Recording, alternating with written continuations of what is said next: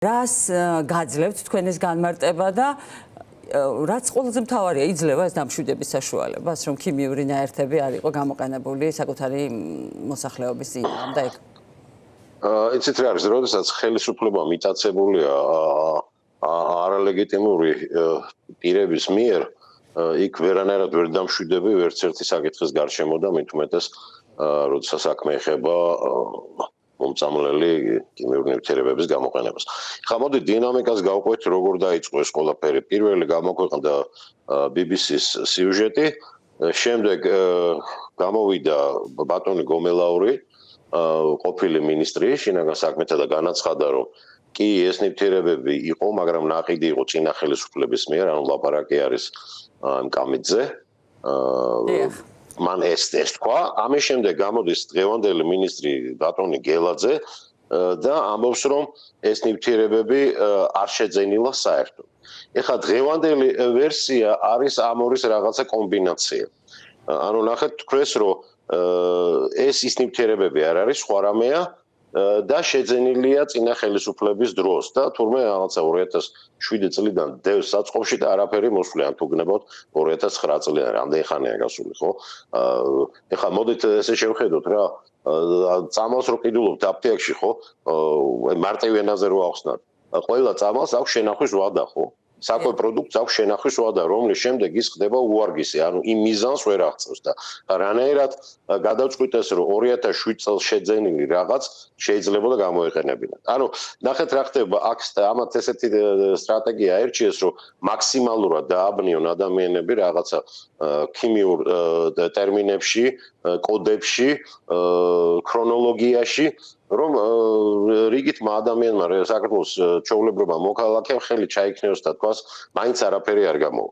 ეხლა ამას კიდე დაემატა ის, რომ ბოლო 2 დღეა რაღაცა ისტერიული ამბავი მიდის სამეცნიერო სტატიების ხარისხის თაობაზე.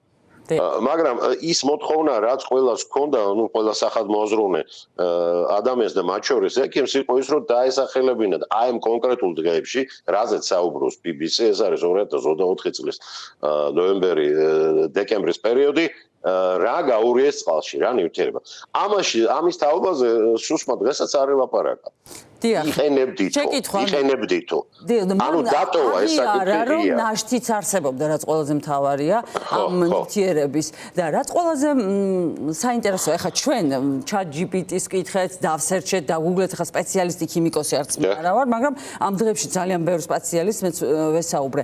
ეს ნივთიერება, ეს ქლორობენზილიდი მალონონიტრილი არის ძლიერი გამაღიზიანებელი ქიმიკატი, რომლის გამოყენება უნდა დარეგულირდეს. მისი ნებისმიერი თვითნებური მომზადება, შერევა, აეროზოლად გადაქცევა, ადამიანის მიმართ პირდაპირ მიმართვა, სახეში მიბერვა, შესხმა, გაშვება, კანონს არღოს და ჯანმრთელობისთვის სერიოზულ საფრთხეს ქმნის, ხომ?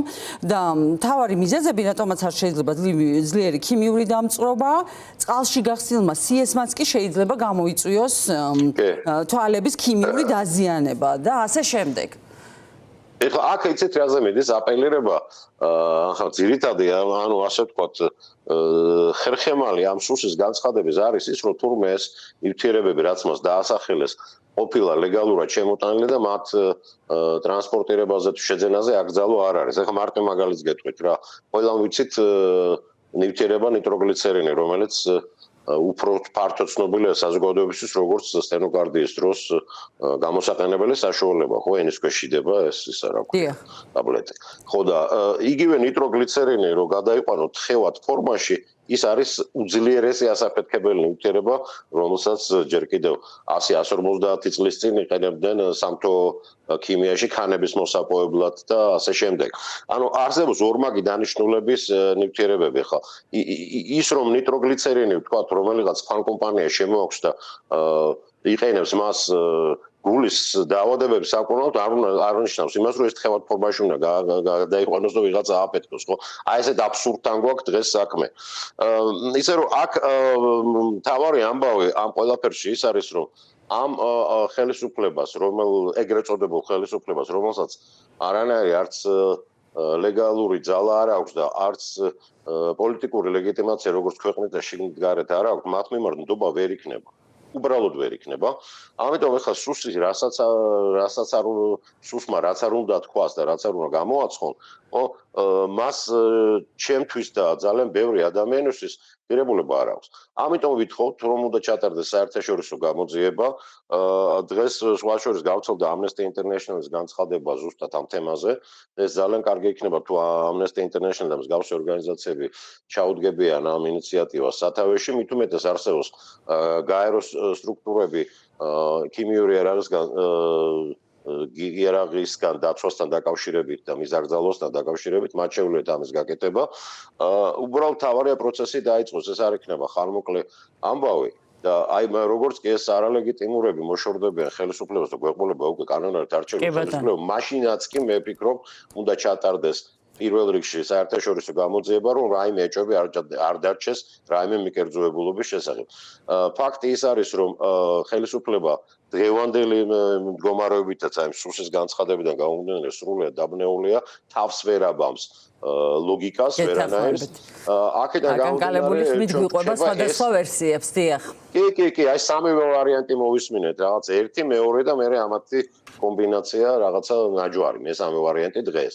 ხო და აქედან გამომდინარე გამოძიება ჩასწერა. ფაქტი არის, რომ რაღაცა ძალიან ცუდი და უკანონოა გამოყენებული, ამის ეშინიათ მე მგონი მე ვარაუდობ ამათი რეაქციებიდან, რომ ეს ინფორმაცია თავისი ობიექტური მტკიცებულებებით საზღვარგარეთ არის გასული.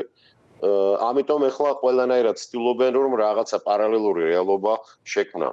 და ნორმალური ხელისუფლების პირობებში საერთაშორისო გამოძიება უნდა იყოს ძალიან კარგი გამოსავალი, რომელიც ყველა კითხვას გასცემს პასუხს და გაერკვევა ვინ დამნაშავეა და ვინ არა.